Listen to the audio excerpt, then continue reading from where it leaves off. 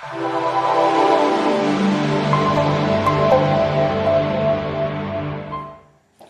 everyone, this is Michael with HomeHealthSuccessAcademy.com and 10xPatientReferrals.com, and you are watching our video series regarding starting your own home care business. And in this particular module, we talk about creating a feasibility study. Now, creating a feasibility study is important, whether you're going to franchise a company, you're going to start a company from your home, a home-based business, home care company, or are you going to rent out a facility, an office space, either in a strip mall or in a office building. Either or, no matter what you do, whatever business that you actually create, a feasibility study is always important because you have to make sure that you actually review the area. And we're going to show you guys how to be able to do a feasibility study to better understand your community, to be able to understand, what is your potential outlook in the area that you're planning to run your business. So let's go ahead and get started.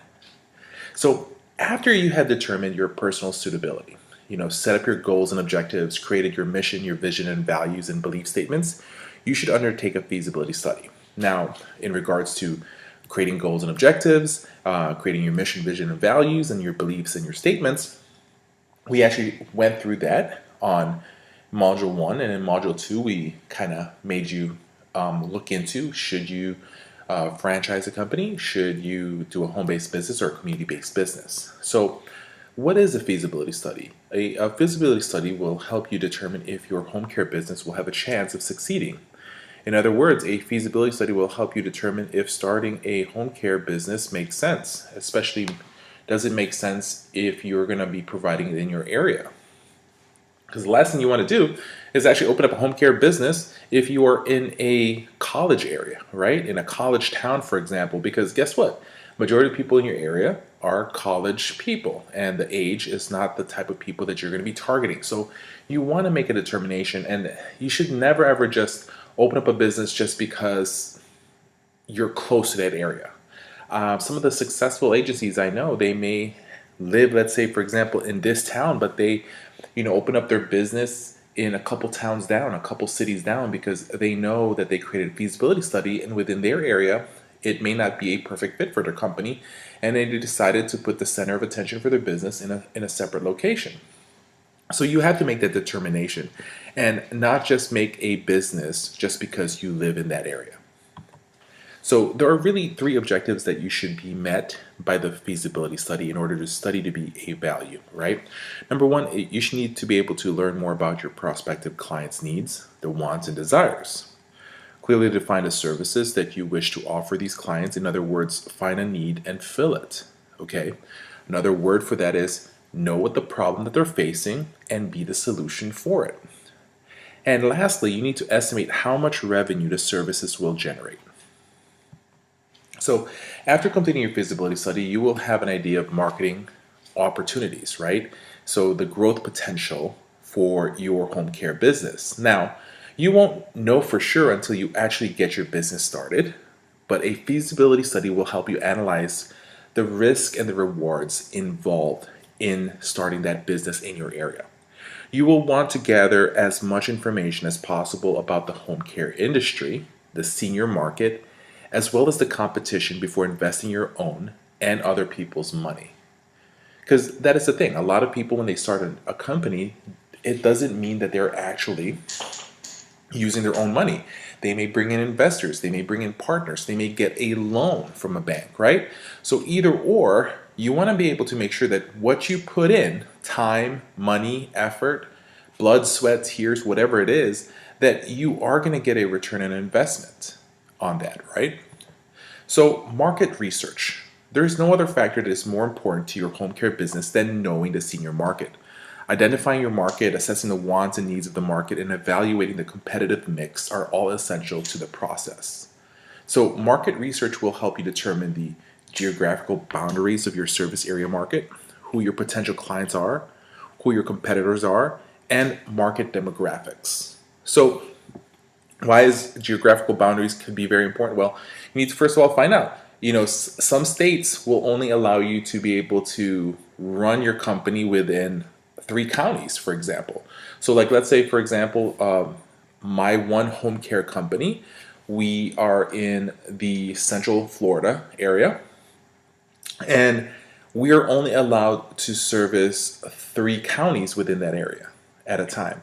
And so you have to be able to know which counties you want to be able to work around. Now, for example, also, if you are franchising a company, right, you need to find out what area they're only allowing you to work with, right? So depends on the franchise company. You may actually be dividing up Chicago, for example, into 4 different business entities.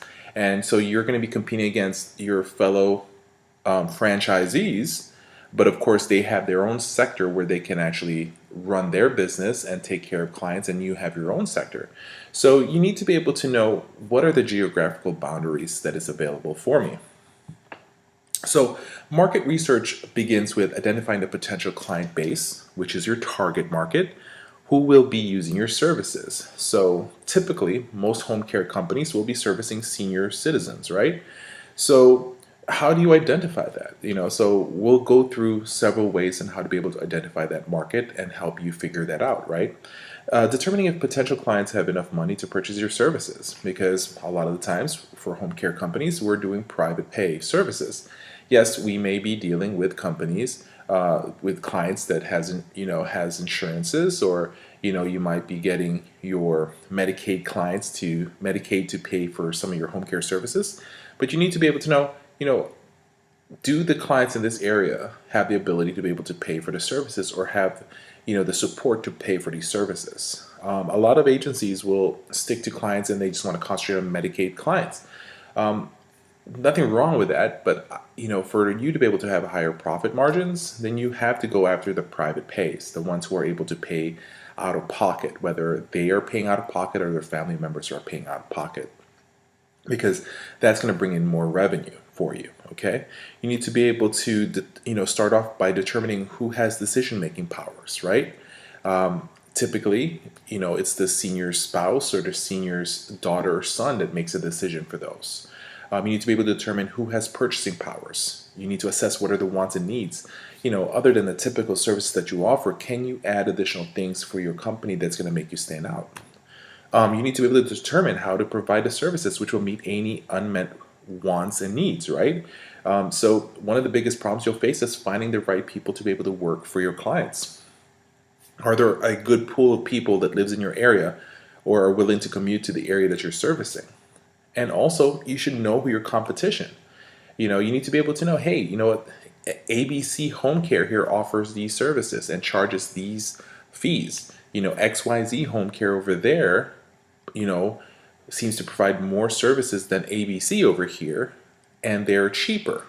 So you need to be able to mix and match and find out the different competition that's in your area.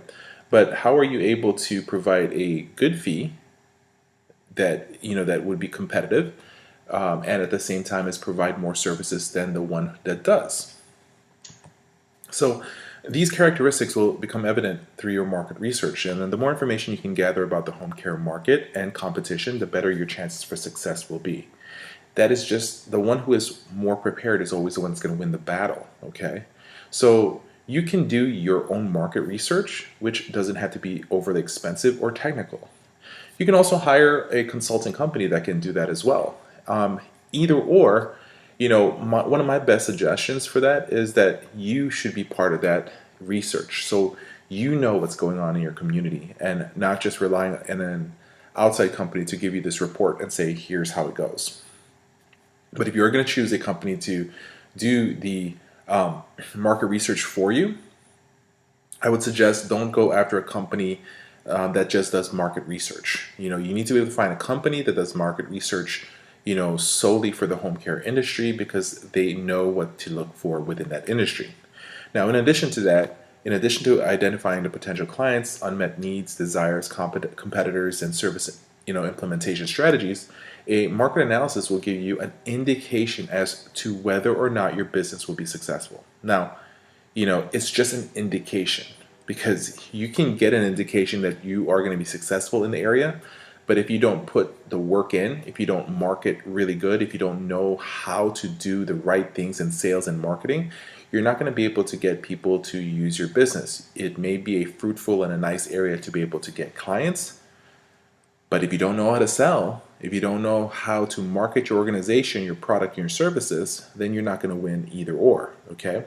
So furthermore, it will provide an opportunity early in the game to minimize any obstacles by making adjustments. The structure and functions of your business will, to a large extent, be based on market research. Another advantage of conducting a market analysis is that it will be very helpful should you need to obtain financing. So other than that, your research, when you create your market research, when you do your marketing plan, you can create a business plan out of the whole thing. You can use all that information if you are planning to get a business loan from someone, from a bank or from another lender.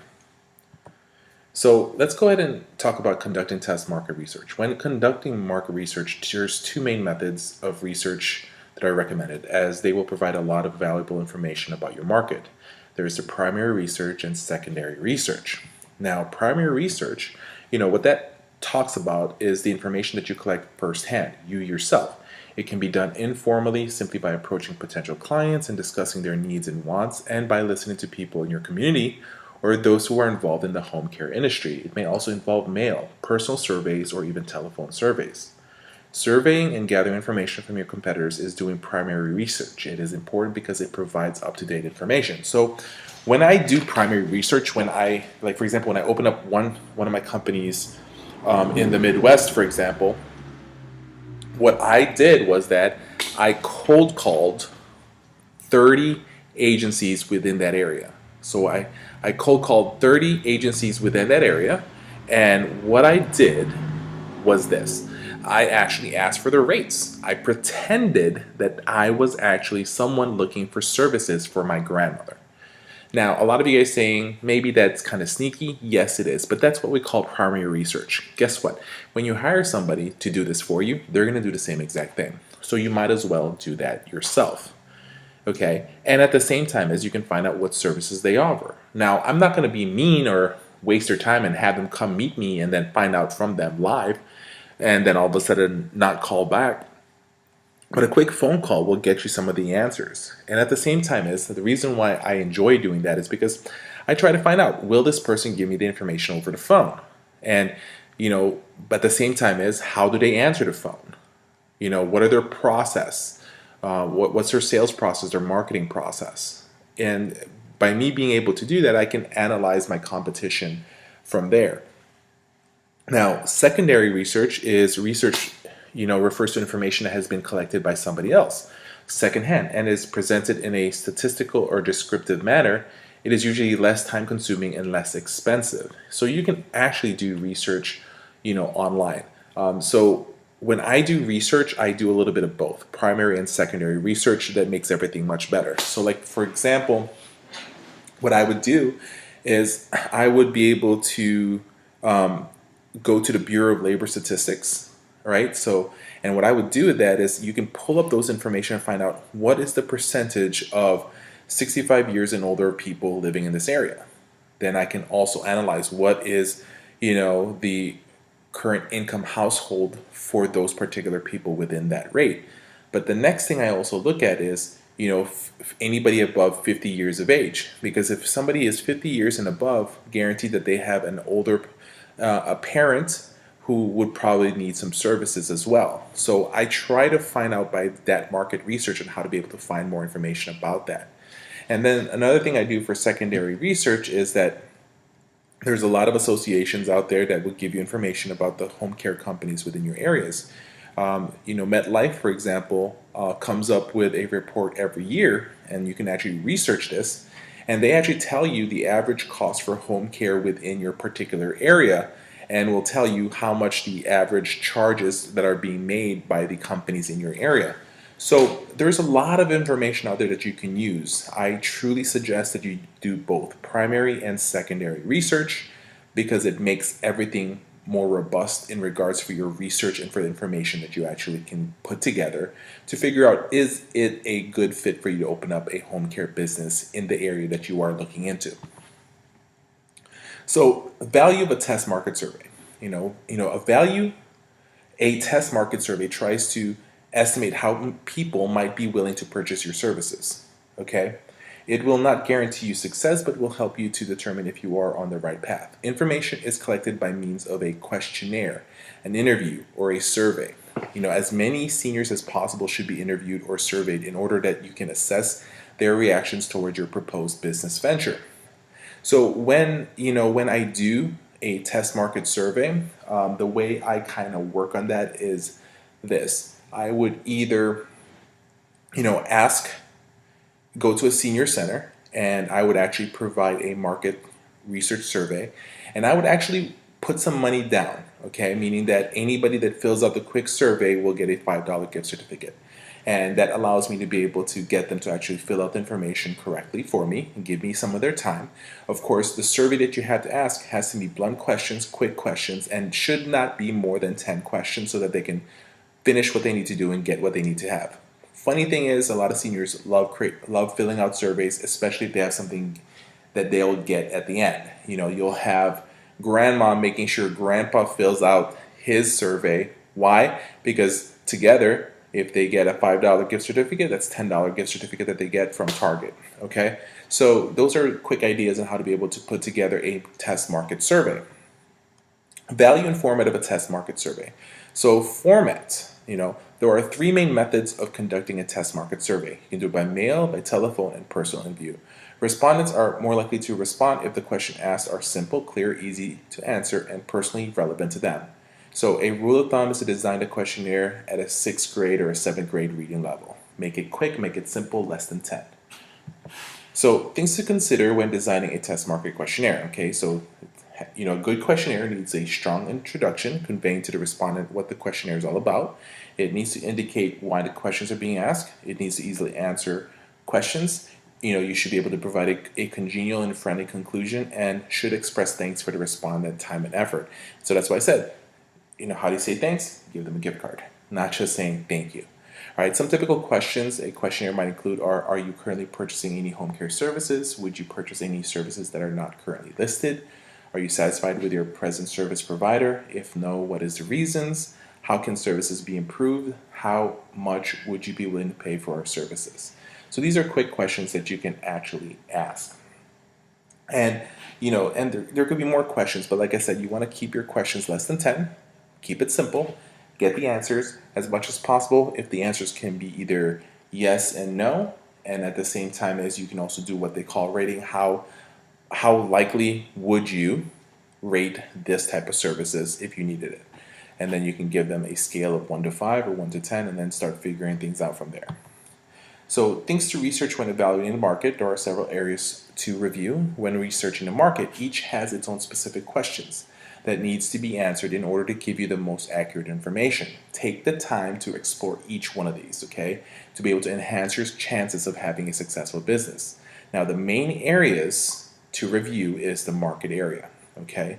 You need to look at your geographical area, who you're going to be targeting, then your marketing profile. I want you to be able to imagine right now what would be or how would your typical client that you want to service look like? What would they look like? How would they act? What type of diagnosis would they have? What is their current living situation? Who's taking care of them? All right, so I want you to think about that. That's needed when you create the marketing profile. Then you need to be able to look at your competition. Look at their website. Look at their brochures. Look at what they're doing in the community. Then you need to look at market status and as well as market share. So market area. The market area refers to the physical area where you will be offering your services. It may be a city, a town, a county, a region, a municipality, neighborhood, etc. Think of it as a geographical area that you can plot on a map. Within the boundaries of your market area will be your target market, right? The market you will be targeting for your home care business will primarily be the senior citizen market. Once you have determined your market area, you can gather demographic information of that area. In selecting a geographical area for your business or service, the distribution of client groups will play an important role in the area that you select. Some things to think about when selecting the geographical boundaries are competition, demographics, and maximum distances you and or your staff are prepared to travel. Market profile. These are your potential clients. Once you have that decided on the market area in which you will be operating your business, you can start collecting some basic demographic data that's included in your market profile. Some important characteristics to include in your market profiles are age, gender, income, pension income, social security income, population 65 years and older who have disability, marriage, partner status, as well as cultural, ethnic, as well as racial background. Who is your competition?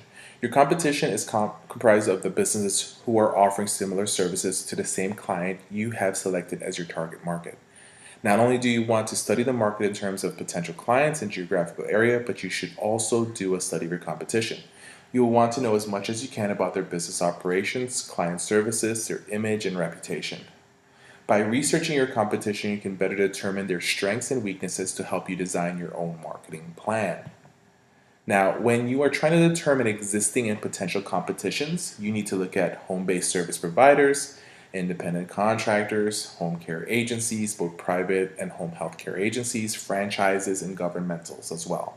There's family care homes, assisted living communities, care facilities, and as well as any other business that offer a service such as window washing or yard work which you intend to offer. In addition to identifying the competition, other aspects of their businesses should also be reviewed. If possible, try to obtain as much information as possible about their business. Not necessarily easy, right? These details will help determine your ability to compete with them, the major strengths and the weaknesses. So look at their services, Let me give you guys a quick tip. In the Chicago area, my home care company offers free, free snow shoveling. So we shovel the snow of the driveway of our clients if there are more than 1.5 inches of snowfall. We offer that for free compared to other agencies that do not. So why does that make us different? Because we use that in our fall prevention program. Because a lot of seniors, when they fall, more likely to end up in the hospital in a rehab facility. So we want to be able to work with clients and prevent that from happening. So we will do that for them. Now, some clients do not have a driveway. They live in a townhouse, that the local association will handle. They live in an assisted living facility. They live in a condominium, right? But we don't have to provide that for every single one of our clients. But when we do get a client who does want that service for their mom, their dad, their grandparents, that makes us stand out. So what the services you offer is supposed to make you stand out from the other agencies. And by doing that, you can show yourself that you are trying to give back to the community. So other than the typical services that all agencies offer, are there anything that you can actually add for your company? You need to be able to look at geographical areas, who's within your competition area, who's going to be servicing these patients just like you are, promotional activities. What type of promotional activities are they doing? Are they offering free diabetic classes? Are they offering, CHF classes? Are they doing Zumba classes? Are they doing yoga, Pilates for the seniors? What are they doing to promote themselves is something that you need to know, and you should probably eventually get into as well. You need to be able to look at your competition's client base. I'll tell you one thing, there's several home care companies that are pretty smart. They're not just servicing the senior industry, they're also serving, for example, women who just gave birth, for example. So they're able to provide additional care for that. Some agencies out there now are providing staffing services as well for other home care companies, or providing skilled nursing staffing to communities as well. So if you have to really look into what are additional things that you can actually do, and then find out, how long have these companies been in business? Have they, do you work or compete against other companies in your area that's only been in the industry for a year, 2 years, 3 years? I would look at the companies that's been in the industry for more than 10 years. What have they done to keep them in business for the past 10 years? You need to be able to look at all these different things to be able to show success for your company in the future. You have to prepare yourself, and research is one of the most important things. Market status. So what is the status of the market in terms of growth, stagnancy, and decline? Your local licensing bureau will have historical and existing stats on home care businesses. You could also check yellow page listings, check back over a period of a year for a better picture, right? So one thing you can do is that if, let's say, for example, in your area, like let's say, for example, in Florida, where I run one of my companies, what I can do is I can go to the local state website and look at how many home care companies are servicing the area that I'm providing services in. And then what I would do is I always print that out on a yearly basis. And what I can do is I can compare, hey, how many home care companies, closed down from point A to point B. So you need to be able to do those researches as well. And it helps you have a better look at what's going on in your particular area. In Chicago, for example, within the past year, more than 35 home health agencies have closed down within the Cook County area. So I want to be able to figure out, hey, why is that going on? Okay, is there something going on in the area? Is there a shift in the market? And this allows you to be able to be aware of your area and the product that you're trying to offer. Market share. What's your market share? Like I said, find out how many home care companies are in the area that you're servicing, because that's your market share. Your market area and your target market within it, right, will support a certain level of revenue for home care services. The portion of total revenue that any one competitor has is called the market share. Your potential client volume, how many clients you can reasonably hope to gain. All right, so there's different ways to kind of calculate that, like how many.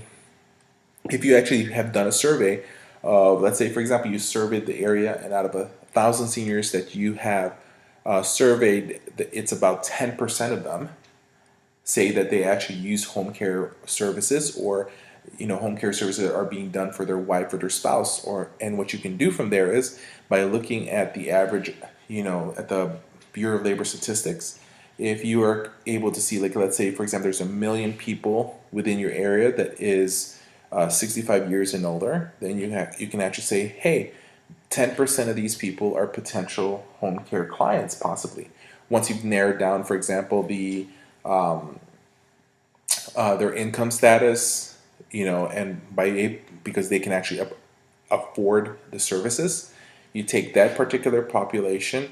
Then what you end up doing is you take 10% of that, okay, and then from there on, what the typical population out there in this area that can afford and potentially use the services that you have. Then what you can do is you divide that among the potential home care companies that you're competing against within that area, and it tells you what your potential is, what your potential census could be. And then from there on, you work hard to be able to go after that. All right? So that's a good way to be able to look into that. Market share, remember, estimating market share is not easy, but you should attempt to make the effort to sell your services. You should know what share of it you hope to obtain. So you need to estimate in numbers the total market, the total seniors in your chosen service area, considering your competitors and how much the total market each competitor has, deciding on a figure for your market share. Now, if you're franchising, then it's a lot easier to get this information, because you can then tell the franchising company, I would like to find out what the average census is for the franchises that I'm going to be working around with in the area. And that can kind of show you what that is. And at the same time, as if you created and have signed those non-disclosure agreements, they give you the authorization to be able to speak to the other franchisees, and then they can tell you what their market share is, which helps you a lot to get the information that you actually need. But if you actually call any home care company that you have no relationship with, they're not really going to give you that information, because they try to keep that privy for themselves, right? And then next thing you need to do is to determine the price structure for your home care services. Now, this is one of the trickiest part, right? Pricing your services is a very important business decision you will need to make. You must offer your services for a price that your target market, the seniors in your area, is willing to pay, and one that produces a profit for you. You will not be in the business long if you cannot generate a profit. Your clients will ultimately determine your prices, and they will only be willing to purchase your services within a specific price range. Remember that the image of your business is crucial to obtaining and keeping clientele, and that your pricing structure and policies are a major component of your image. Now, I want to tell you guys one thing, and this is this, right? Never be the lowest charging home care company. There can only be one of the lowest. There can only be one. And typically the person that charges the lowest is the one that goes out of business. The reason why is there's no profit margin for you. There's going to be companies out there that are charging $16 an hour, and that right there does not make any sense at all. and how it's going to work. So the reason why that is, how easy is it to find a home care aide to provide services? If you're paying a home care aide $10, $11 an hour, because that right there is even break even point, most home care companies are starting to see that they need to increase the prices. And also, I want you guys to also pay attention to what's going on in the government, in the laws that are happening in our cities. Like for example, in Seattle, minimum wage there over there is $15 an hour. So what's going to happen when your state, your city, turns up to be one of those next future places that expects minimum wage to be $15 an hour? So for these home care companies that have their seniors, have these clients that are used to paying $16 an hour, what happens to when they all of a sudden receive $15 minimum wage that they have to pay? It's going to change things up. So you need to be prepared for those things as well. And that's why keeping abreast of information, always researching what's happening in your area, is vital for you in this company. Okay, let's talk about direct labor costs. Okay, so there are variable expense increases when revenue increases. They also decrease when revenue decreases. Variable costs are any expense incurred as a direct result of providing your home care services. Direct labor cost includes those wages and labor-related expenses identified with a specific job. The labor cost is calculated by multiplying the number of direct labor hours delivered by the direct labor cost per hour.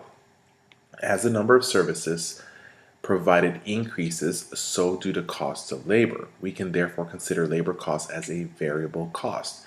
Remember to include not only the amount paid directly to your employee, but also all other labor-related expenses. You need to talk about marketing. You need to talk about the cost of being able to bring in employees within the office to provide services. You need to be able to look at the potential additional costs for, expanding your office space as you increase your services. You need to look at, should you actually upgrade your computer system? Are you going to be still using paper systems, or are you going to make it a paperless system as well? So there's additional costs that you're going to be incurring as you start, increasing your products and your services for your organization. So these are things that you need to look into on what's going on within your organization. Overhead fixed costs, right? These costs do not vary directly within the revenue. These business expenses must be paid even if you have no clients, and therefore no money coming in. They include, but are not limited to, insurances, your rent lease payments, utilities, advertising, interest, and any debt for startup costs. So I talked about, marketing and advertising could be a variable, could be fixed. The thing is, you need to look at, your marketing and your sales cost should actually keep on increasing and should not really be as much as fixed, because your marketing, your sales, that is what's going to bring in the revenue. 100% of your sales and marketing is what's going to deliver your revenue. So if you want to be able to provide more services to more people and reach out to more people, your sales and marketing needs to also increase. But in the beginning, it's going to be a fixed cost, but eventually it starts going up. Labor costs for office employees and other salary employees, that can be fixed, but as you are growing, that's still going to increase as well. So there could be some variable things as well. And also to be able to keep your executives, to keep the good people to stay in your organization rather than moving away, there could be some variables where you might have to give them raises as well to keep them within your organization. And don't forget a salary for yourself. You should set up your salary early on and say, hey, this is how much I'm worth and how much I should pay myself within the organization. But we have to be honest, this thing will go up as well, because once you start bringing in more money, you're going to start seeing, hey, should I actually increase my own salary? You need to stay away. If you're going to be starting a business, one thing that you have to learn is that you should set up your salary and allow yourself to be able to live through what your salary is. And then in a yearly basis, quarterly, or within twice a year, you can increase your salary if you need to.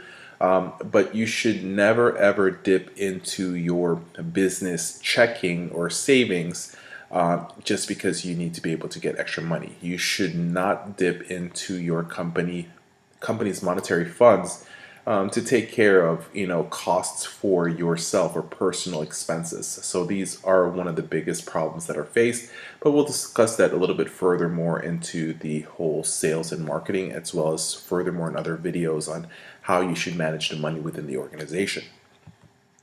Pricing methods. So there are really three used pricing methods, and that's pricing to actual cost, pricing to the market, and pricing to the position. So let's go ahead and talk about that to be able to determine how much you should charge for your services. Pricing to actual costs.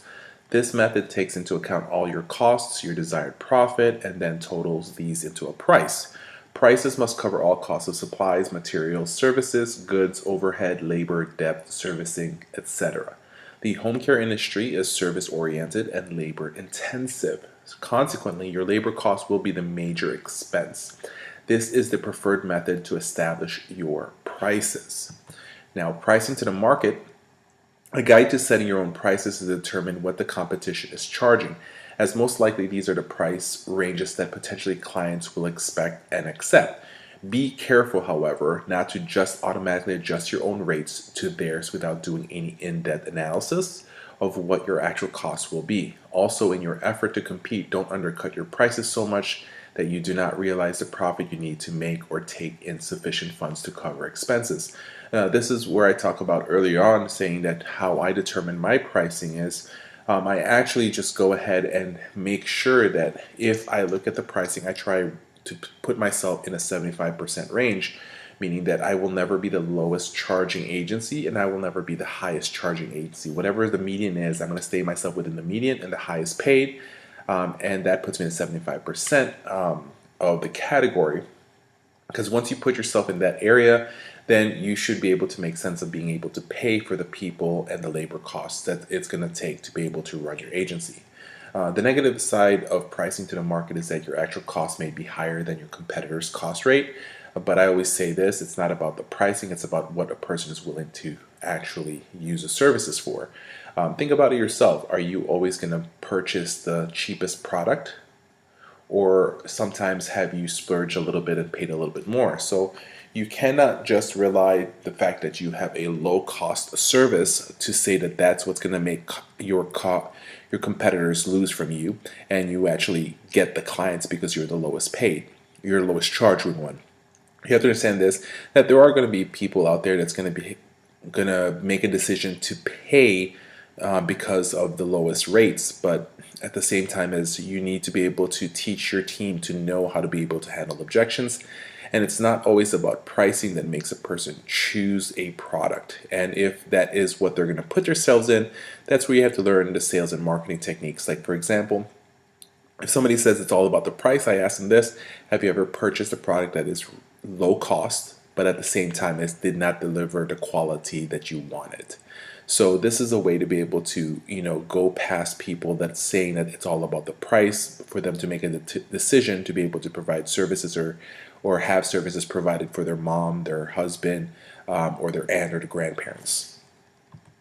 Pricing by position. When pricing your home care services, consider the image you want to portray. In other words, how do you want to be perceived in the market? This is an important question because your price positions your service in your prospect's mind.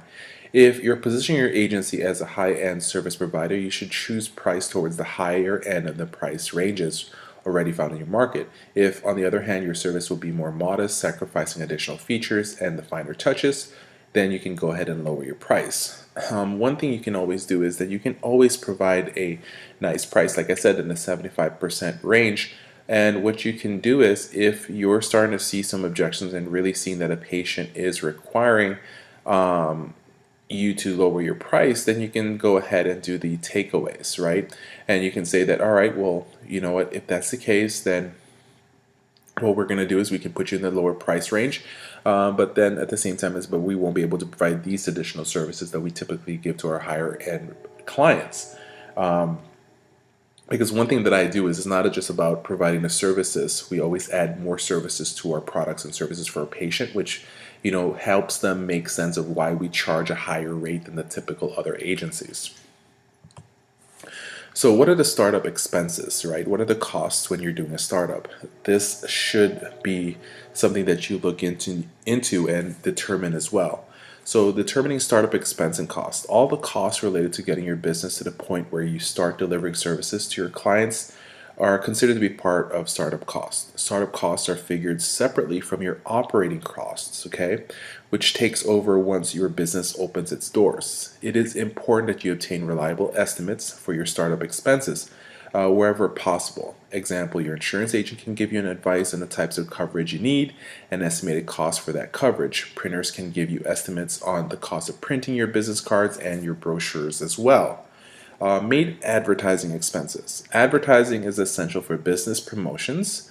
And the main way that you might want to consider for advertising your home care business are provided right here. So you can do newspaper and magazine advertising, brochures and business cards, letters, equipments and supplies, office equipments, housekeeping equipment, supplies, personal care equipments, as well as vehicles. And don't forget also the social media marketing. That's such a big thing nowadays. Also, don't forget the fact that you need to have a website also created. You need to be able to look at other social media like Facebook's, Instagram, and Twitter as well. That's something that you should possibly look into and invest in as well. So let's look into the funds, right? So operating money. You should have enough money on hand to carry you and your business for as long as it takes to reach your break-even point. You need to be realistic about your break-even point and consider a longer startup period, up to 6 months. How long is it going to take for the licensing of your company? How long is it going to take before you actually bring in a patient, or bring in a client to provide services to? You may end up opening up your company 6 months after the moment that you start up, but then the question is, are you going to start getting patients right away? So, being able to determine that is something you need to be able to know. You must have contingency money, allowing yourself additional funds, a cushion for the things you may have overlooked or can't predict, okay? You need to be able to determine operating expenses. Operating costs are the costs required to keep your business going after the startup. Operating costs are ongoing and are incurred in the daily operations of your business.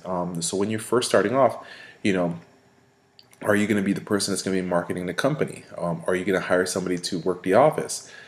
So one thing that I always suggest a lot of people to do is maybe you can outsource certain things at first. If you don't want to hire a marketer, then you yourself need to be able to train yourself to market your organization. That's one thing that we do here at Home Health Success Academy, is that we have our online learning platform that helps people learn how to be able to market their company, to be able to know all the mistakes that have been made by other agencies and how to be able to face those, how to be able to get past the gatekeepers. These are those people that prevents you from talking to the right people that's going to potentially refer patients to you. How to be able to handle the objections. You're going to hear a lot of objections. I just want you to be ready. The fact that when you start your agency, a lot of people are going to say no to your services. A lot of people are not going to want to meet with you. A lot of people are going to say they're already working with another agency. So you must be ready to learn how to market your services. If you want to be able to create success, you need a full-time marketer.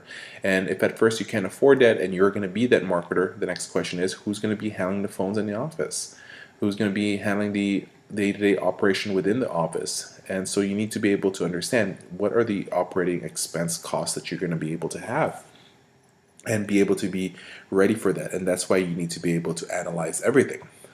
Insurances, that's something you need to be able to make sure you have, right? You need to protect yourself. General liability insurance and employee bonding, for example. You should not commence service delivery until you have obtained liability insurance and employee bonding.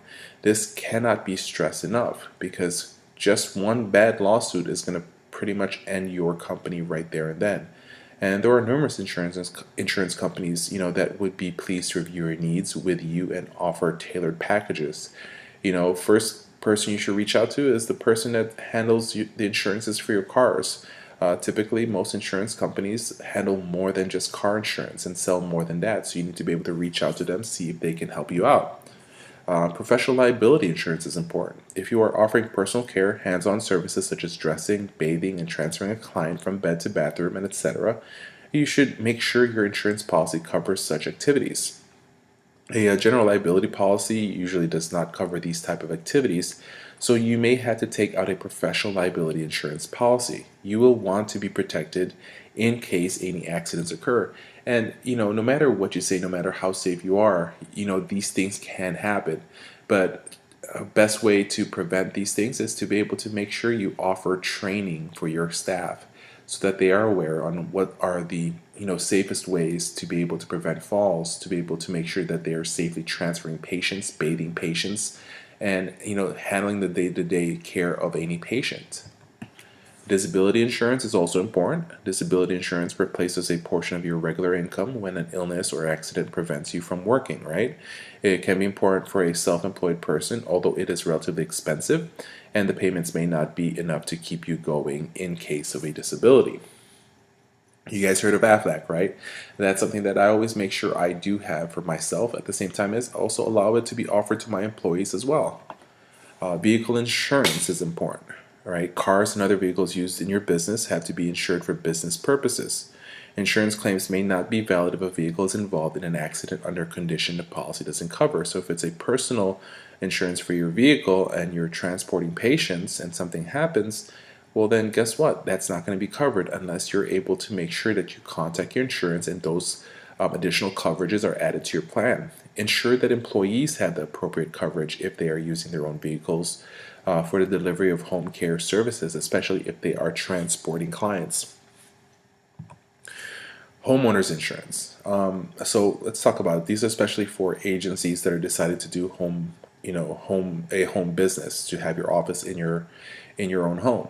So regular homeowners insurances does not usually cover losses which are related to home-based businesses. So since insurance companies vary in what they cover, it really is wise to determine the specifics of your personal homeowner's policy by consulting with an insurance company representative. So if you already have a homeowner's insurance, make sure you talk to them and you contact them and try to get as much information from them. Be sure to advise that person that you have a home-based business so that he or she can ensure you have adequate coverage.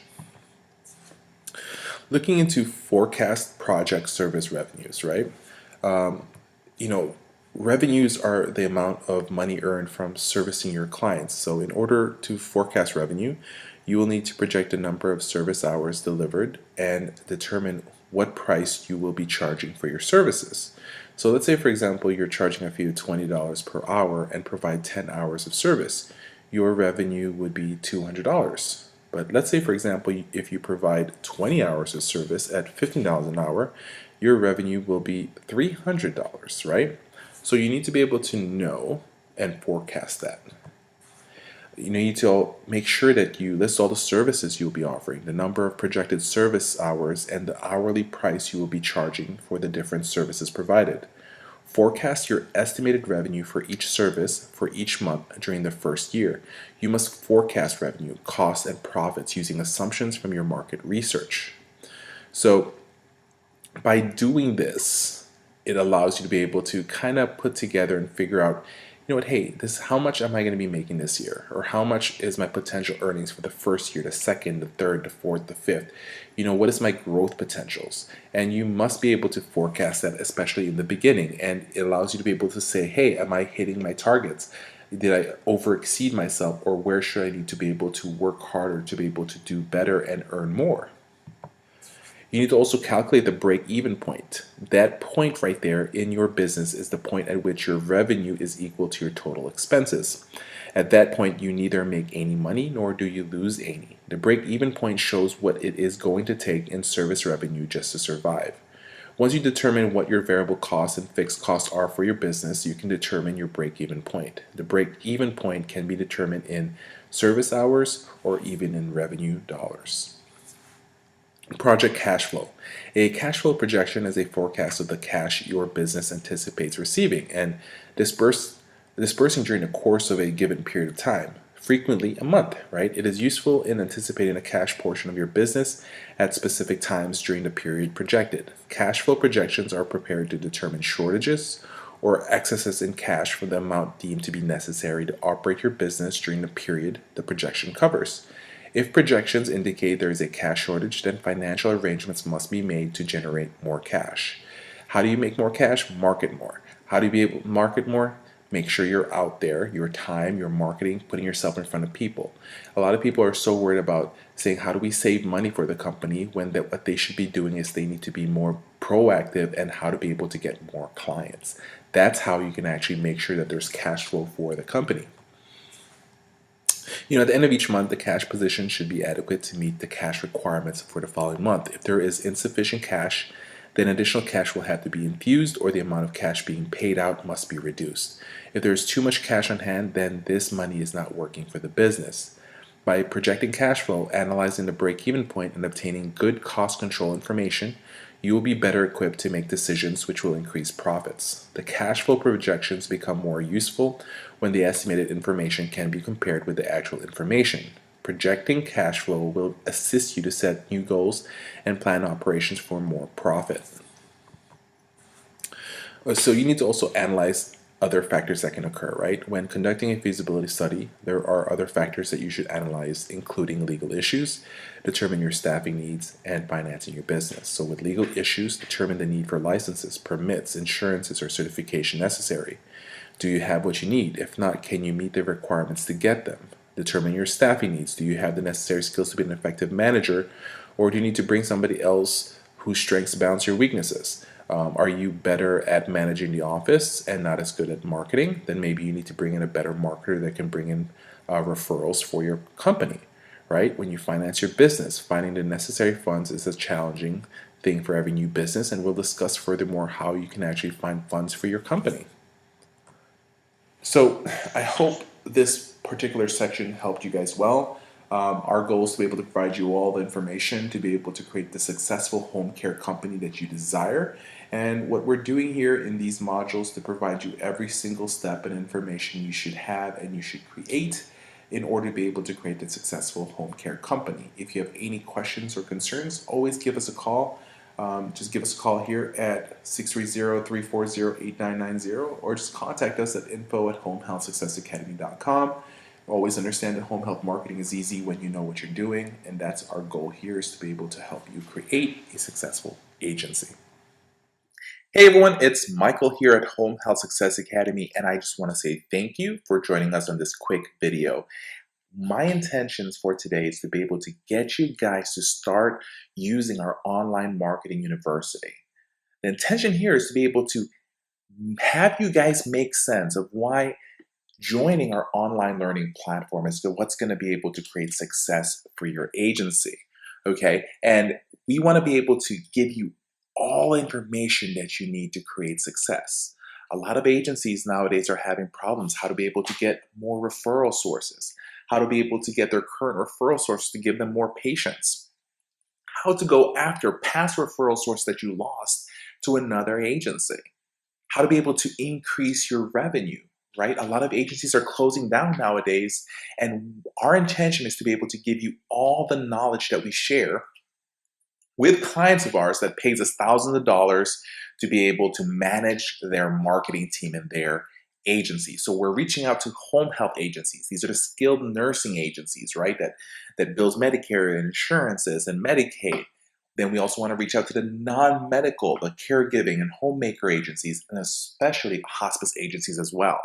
And we definitely want to be able to have owners, administrators, especially marketers and liaisons for companies to be able to take this online program, an online platform that's going to give you everything, all the knowledge you need to be able to create success in marketing your company. Remember, marketing your agency, selling your services is 100% of your revenue and is in charge of pretty much paying your salary, paying your employee salary, paying your co-worker's salary. This is what we have in our online university. We're showing you how to be able to create your target market, how to be able to look out into the area that you're in, figure out who are the right targets you need to be able to hit, who are the ones you should be visiting, who should you be following up with. We're going to show you how to create a sales process. If you are a company that does not have a sales process, that does not understand a business cycle, this video is important for you, right? When you guys admit patients in your company, you guys have an admission process, right? And if somebody skips something, if somebody shortcuts something, things may fall through. Same exact thing when you're marketing your company. You can't just go out there and think things are going to happen naturally. Okay, so we're going to show you how to do the sales process, how to do your presentation properly. What are the mistakes that you're going to be facing, right? Because we all make mistakes, but guess what? We've made mistakes ourselves, right? For me, for example, I made a lot of mistakes in marketing, but I figured out how to be able to handle that so that I don't do it again. Or if it does come up, how can I actually solve it faster? How to handle objections. You guys heard it all. We don't have time to meet with you. We are already working with another agency. Oh, you know what? I don't have any patients that needs home health yet. You know for a fact that that doctor just took care of another patient that had home health services. How to be able to learn how to get into the front of the nursing homes, into the hospital's preferred provider list, the do's and don'ts of marketing. You know, how to be able to find out different marketing strategies. What should I be giving out to people? Should I have lunch and learns? Should I not have lunch and learns? How much should I spend in a marketing target?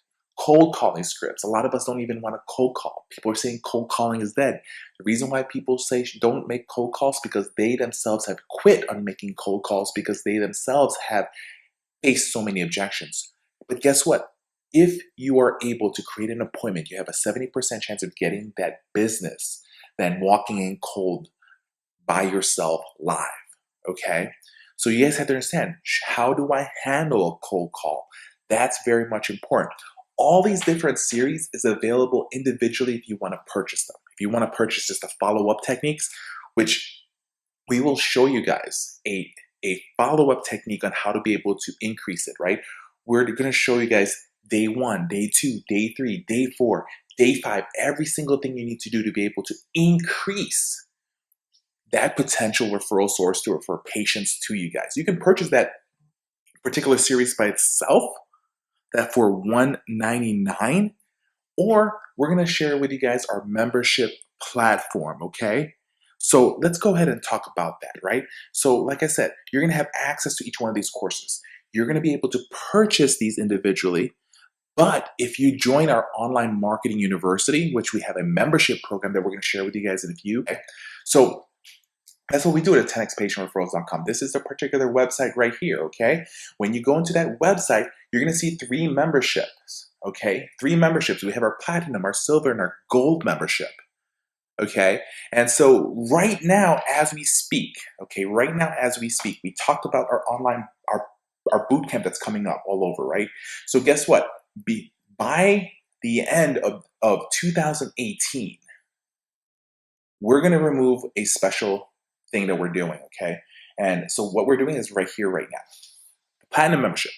You get full access on all the courses. If you purchase them individually, it's over $7,500 in value, okay? Just let you guys know, when you purchase a particular series, you only have access to that for a whole month, okay? So if you want access to this every month so that you can keep on going back and learning, right? You would be paying $7,500 a month by just accessing those. But guess what? For a platinum series, it's $149 a month. You have access to all of that. Plus, you get part of our quarterly mastermind meetings. That's a $3,000 value. And you also have access to us for 1 hour a month for coaching. Okay, that's a $2,500 value. And at the same time, as we talked about our boot camp that we're having, you'll get 1 free ticket to any one of the boot camps that we're having. So separate it all totally, it's about $9,500 worth of value, and you can access that for $149 a month. Now, things go down a little bit if you just want to do our silver membership. What's going to happen is you get the full access and you get a 1 ticket to our bootcamp events. But just to let you guys know, we are going to be taking out that bootcamp ticket soon once 2019 hits. So if you want to sign up right now to get that free ticket, okay? So right there alone, we suggest that to you guys. It's $79 a month. Now, if you want something in the middle, which most of our clients are using, it's just our gold membership. You get full access to the whole courses. You get 1 ticket to live bootcamp, and you get the quarterly mastermind meeting available as well. So right there alone, we have so much information that we want to be able to give to you guys, and we want you guys to be able to access that right now. So you guys should definitely join. Like I said, I want you guys to be able to join this because this is what's going to create success. A lot of you guys are saying, hey, well, $149, that's a lot of money, Michael. I totally understand that. But guess what, guys? Let me ask this question for you guys. If I can show you, and with the techniques I give you guys, and you guys just get 1 patient by learning the tips, tricks and techniques. One patient in a whole year, if you are a skilled nursing home health agency, how much is one patient? That's about $3,000 to $4,000 that you're going to get as from Medicare, from the insurances, depending on the billing. Right there alone, it already paid for this particular item. But our goal is not to get you one patient. Our goal is to be able to double your referral sources, to increase it, to increase your patient census. That's what our main goal here for you guys is, to be able to learn how to be able to handle gatekeepers, how to get the appointments, how to present correctly, how to get physicians to start referring patients to you, to get these social workers to start using your agency. Once again, this is Michael with Home Health Success Academy. You have to understand, agencies are having problems getting more referrals. A lot of larger agencies are expanding, opening up their own non-medical, adding hospice to them. So this is a cutthroat industry we're in right now, and then the person that actually educates themselves and learns how to succeed is our one that's going to be able to succeed and beat the other competitions. And if you don't join this, guess what? Your competition is joining this. If you don't attend the boot camp, guess what? People around your area is going to be attending the boot camps that we're having. So like, for example, our event that's coming up in Lakeland, Florida, we actually have people coming in from Georgia, coming in from Tennessee. We have one person that signed up that's coming from, North Carolina. So what we're trying to do is we're trying to create these events to be able to create success for you guys. So make sure you guys sign up, whether you're an online learning platform or attending our boot camp. Either or, you should take this. This is amazing information that you guys should actually have your company. If you have any questions, contact us, 630-340-8990. Email us, info@homehealthsuccessacademy.com. But all the information is in our website, homehealthsuccessacademy.com. Our online learning platform is 10xpatientreferrals.com. If you have any questions, always know that home health is easy. Home health marketing is easy when you guys know what you're doing. This is Michael Echeverria. I look forward to seeing you guys in the boot camp, and I look forward to talking to you guys in the phone. Have a great day.